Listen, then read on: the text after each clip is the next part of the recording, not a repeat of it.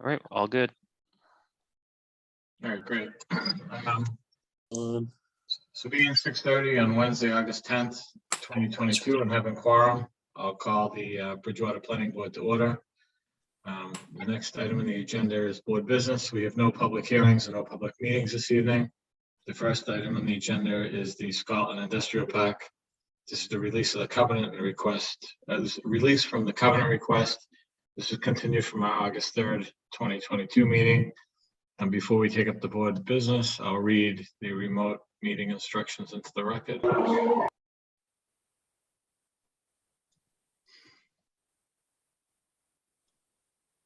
So due to the town manager's strict limitations imposing the number of people that may gather in one place, this meeting of the Bridgewater Planning Board will be conducted via remote participation to the greatest extent possible. No in-person attendance of the members of the public will be permitted, but every effort will be made to ensure that the public can adequately access proceedings in real time. This meeting is being recorded, and within 48 hours, we'll post a link of the recording on the town's website and/or social media pages. The following members of the Bridgewater Planning Board are participating remotely. I'm Patrick Driscoll, the chair, Mr. Raymond Adjemian, Mr. Stephen Geller, and Mr. Michael McDonald, the vice chair. Has Ted or MJ joined us? No. MJ, Ted, and Astrid are not here. Okay, so that's it for Bridgewater Planning Board members this evening. The following Bridgewater town staff will be participating remotely. Mr. Shane O'Brien, the town of Bridgewater planner, and is Greg Tansey is not with us this evening, is he? Greg Tansey is not, no. So at this time, everyone's mics will be unmuted. The board's mics will be unmuted through the whole meeting. As items appear on the agenda, the project's representatives' mics will be unmuted. We do not have any public hearings this evening. But if you do have a question, you can use the raise my hand feature in the participant menu. And when you're unmuted, do state your name and address for the record before the host recognizes you. Again, please state your name and address before I ask you any questions. If you are on the phone, you can dial *9 to raise your hand. Okay, so back to the agenda. So, Mr. O'Brien, I'll turn over item 2, board business, Scotland Industrial Park. I'll turn it over to you. Sure. Just to summarize from the last meeting, we had a discussion about the applicant is looking for the remaining lots to be released from covenant for Scotland Industrial Park, aka Scotland Boulevard, from their 1978 subdivision, more recently the 2009 subdivision. I believe we highlighted the remaining lots at that last meeting. It's the large wetland lot, as well as the property lot 1 Scotland Boulevard, as well as the roadway itself. We were looking for, we got some estimates from the applicant in terms of cost of road work. However, we wanted Greg Tansey, the town engineer, to provide updated numbers and do a site visit. So I did provide over some pictures of his site visit, as well as bond estimates for 3 different, I guess, options that we considered as part of this, some of which was considering the addition of concrete berm. Part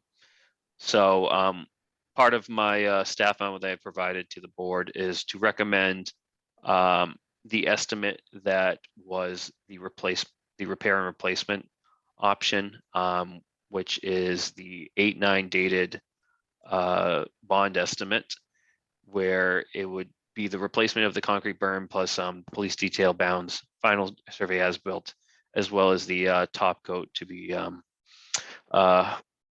actually put in. So that was our recommendation. I know there was 2 other options that I cautioned the board on accepting. We don't want to get into the business of adding to a subdivision. This was currently before the board in terms of the modification or the work that's been done through the modification and the existing work that needs to be done. I think is sufficient with that estimate. So I did provide those estimates over to the applicant as well. But that number from Greg Tansey would be, let's see. So my recommendation is that number, it was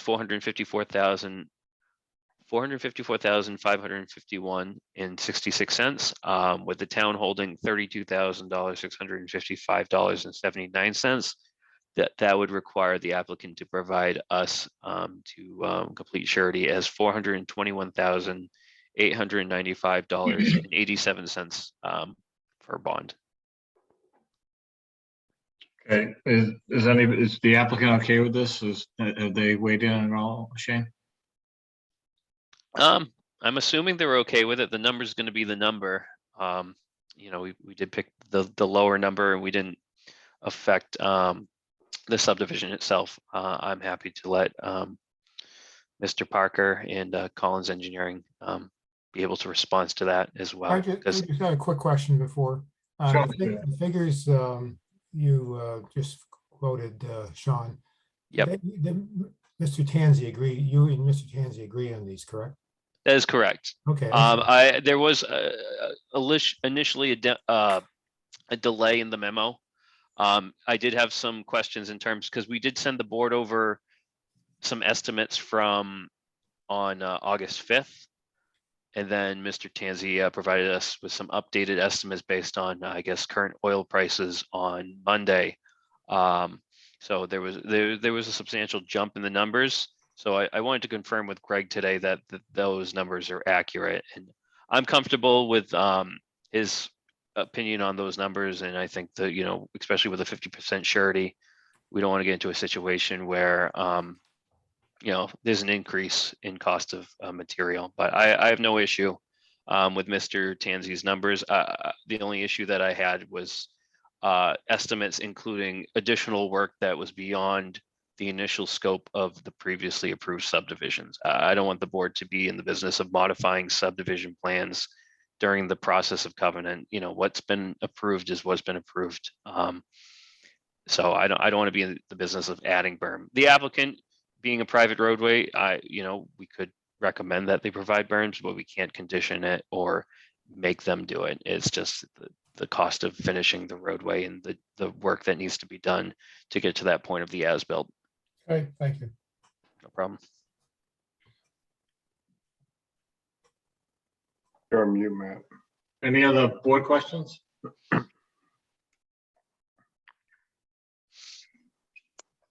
Any feedback from the applicant if they're on? Yep, I'm here, Ted Parker, the applicant. I got all the paperwork Shane mentioned, and it is higher than we anticipated from our contractor, but that was because of fuel prices and the berm costs that he added in there.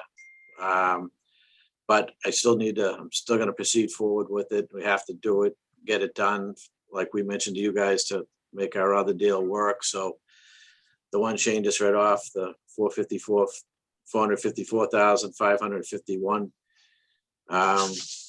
bond is the one we're gonna go with, and I'll be cutting a check for that and hoping that you guys sign the paperwork that releases the covenants to free up the paperwork on our end.